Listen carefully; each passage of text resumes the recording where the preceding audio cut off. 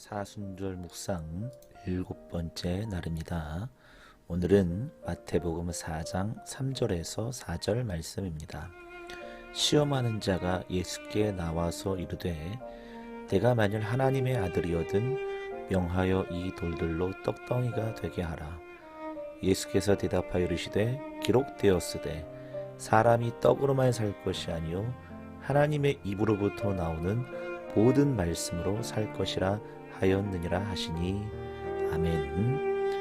예수님께서 공생애를 시작하기 전 성령에 이끌리어 광야에서 40일을 금식하시고 마귀에게 시험을 받으셨습니다.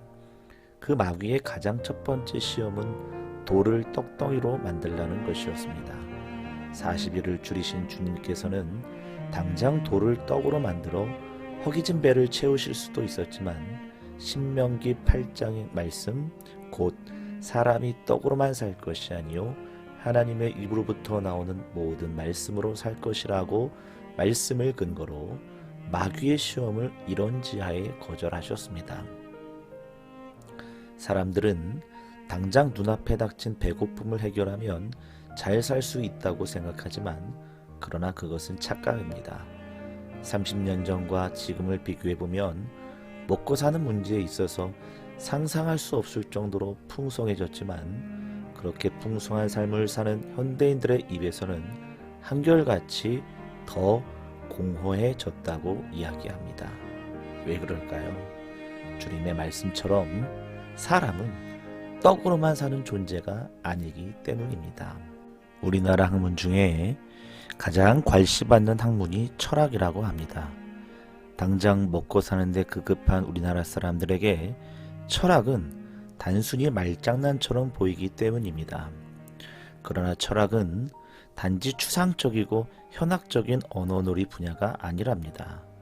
철학은 진정으로 인간답게 사는 것이 무엇인지를 알고 실천하는 데 큰 도움을 줄 뿐만 아니라 세계관, 인간관, 가치관 등을 비판적이고 반성적으로 통찰하게 함으로써 우리 삶의 변화를 가능하게 해주기도 한다는 것입니다.